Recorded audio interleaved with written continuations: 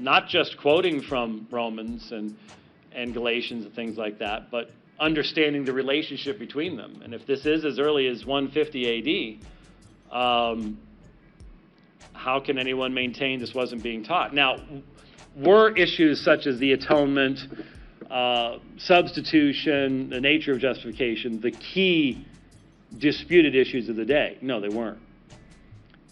Disputation and debate brings clarity. And these were not the primary issues. That you don't really start getting into some of this until the Pelagian controversy in regards to such things as original sin and issues like that.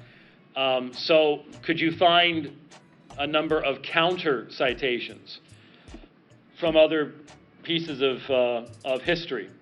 You could.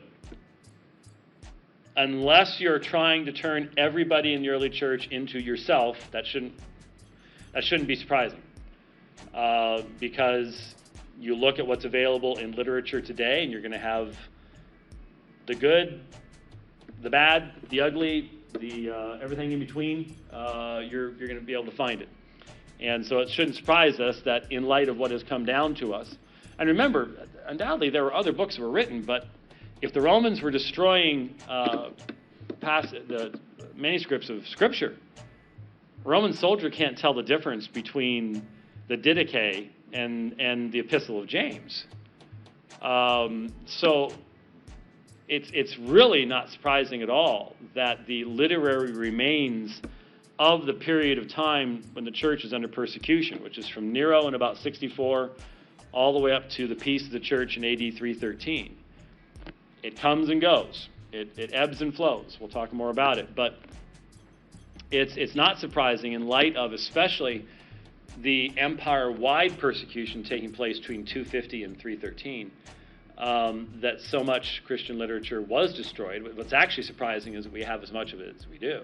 Mm-hmm. When you think about the writing materials and all the wars that have taken place, did we get the... Is someone sending you and me subliminal messages, Brother Callahan? Check these shirts out. I mean, what is this? I even bought this shirt this week just because I wanted to wear a green shirt this morning. So I'm not sure if there's something going on here, but I just noticed that, and I'm just sort of like, wow. But you don't have a bow tie on, so there's at least no one will confuse us for twins in that way. So, but anyway, I just looked over there and was like, whoa, what is this? Need to start sending notes out to the elders. Okay, what color are we not all wearing at the same time this week? This is getting a little weird. Anyway, so there's the Epistle to Diognetus. Write that one down someplace and go from there. Now, Ignatius of Antioch. For those of you who know, me and a bee got together on Friday, early Friday morning. I was trying to do a 100-mile bike ride. Left 2 o'clock in the morning. Remember what happened Friday morning? When I left, the radar was perfectly clear.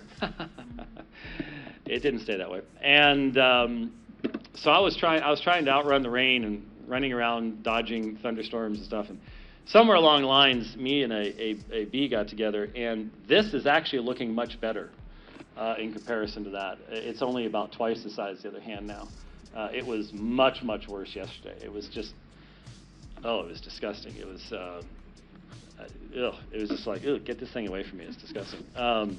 They tell me that the more you get bit, the more you get stung, the worse your reaction gets each time. So I'm a little concerned about that because this happened really fast, and if it happens again, I may have to start carrying something with me to keep myself alive. I don't know. Anyway, it's much better today. It still looks really freaky, so don't stare at it. Anyway, Ignatius. Ignatius his dates are about AD 35, so he's born probably right around the time of the death of Christ, and he dies 107, 108 AD. He was the bishop of Antioch, and of course Antioch, major center of the Christian faith, as the New Testament plainly tells us. He was martyred under the Emperor Trajan. He was condemned to death by the Roman authorities. and sent to Rome. While on his way to Rome, he wrote 7 epistles, 6 to churches and 1 to Polycarp. There are other Ignatian writings that were not written by Ignatius. So it was not uncommon, especially in the first 500 to 800 years of church history, for people to write what we would call forgeries, where if they wanted their message to have more authority, they would attach the name of a greatly respected individual to that letter. And this does raise the issue of the use of forgeries in church history. There is a long, long history of this, unfortunately. And one of the reasons that forgeries were able to